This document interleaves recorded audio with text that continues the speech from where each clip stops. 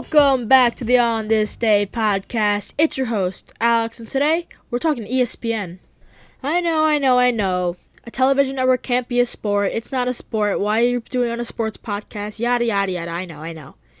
For the sake of this podcast, it's sports related, and we're going to cover it today. Because on this day in 1979, ESPN made their TV debut, and 30,000 viewers tuned in to witness its launch.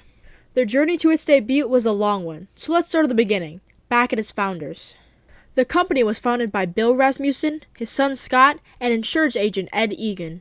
The whole thing started when Eagen approached Bill, who was working for the New England Whalers at the time. Eagen wanted to create a monthly cable TV program covering Connecticut sports, and wanted to see if the Whalers would be interested in being the main feature. Bill was intrigued by this idea, but he didn't get much of a chance to entertain it, as he was soon fired from the Whalers. Despite this setback, both still wanted to do a TV show, so they discussed a new idea, a cable TV network that covered all sporting events and teams in Connecticut. The two decided that the name of the TV network would be Entertainment and Sports Programming Network, ESP for short. With the name and the idea fleshed out, the two decided that they wanted to make this a reality, only to face an uphill battle. Rasmussen knew little about cable TV, and less than 20% of American homes at the time actually had cable. Because of these reasons, people had their doubts.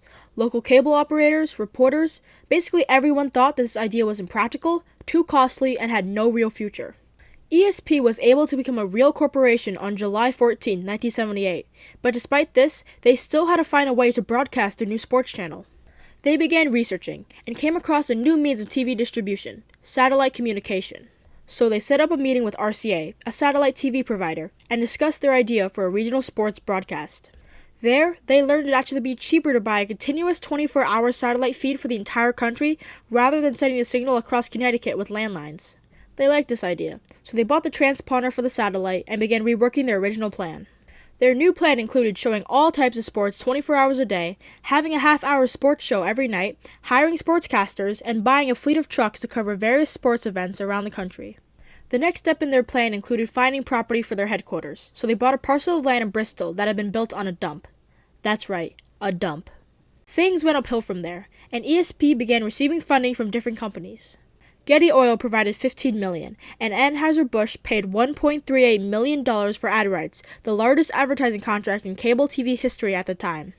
Soon after, ESP and the NCAA came to an agreement, and ESP now had the official rights to broadcast 18 different NCAA sports. So now that they had the funding and the content, there was one last thing to do: change the name. Right before broadcasting, ESP decided to change their name to ESPN, so they could distinguish themselves from the other three-letter networks of ABC, NBC, and CBS. Everything was now done, and the only thing left to do was broadcast. So on this day in 1979, 30,000 people tuned in to watch ESPN's debut, with the first words spoken on the broadcast being, if you're a fan, what you'll see in the next minutes, hours, and days to follow may convince you that you've gone to sports heaven. So that's what happened on this day. Thanks for listening, everybody. If you enjoyed that, download, write a comment, send me some money. I won't complain. Do all that fun podcast stuff. I really thank you guys for listening, for your support, and I hope to see you guys tomorrow. Bye, everybody.